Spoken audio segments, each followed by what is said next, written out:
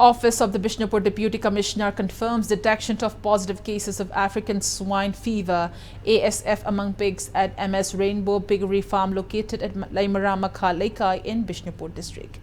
Press note from Additional District Magistrate Bishnupur District Hanjabam Bobby issued today says, in view of the impending threat of the disease, in exercise of the powers conferred under Section 6 of the Prevention and Control of the Infectious and Contagious Diseases in Animals Act 2009, declares the area with immediate as controlled areas for African swine fever. Under Section 7 of the Act, containment measures have been taken up, which includes prevention of movement of pigs kept within the controlled area, ban on sale of pig, pork feed and related items, and areas falling within 1 kilometer radius from the epicenter of the disease is declared an infected zone, and areas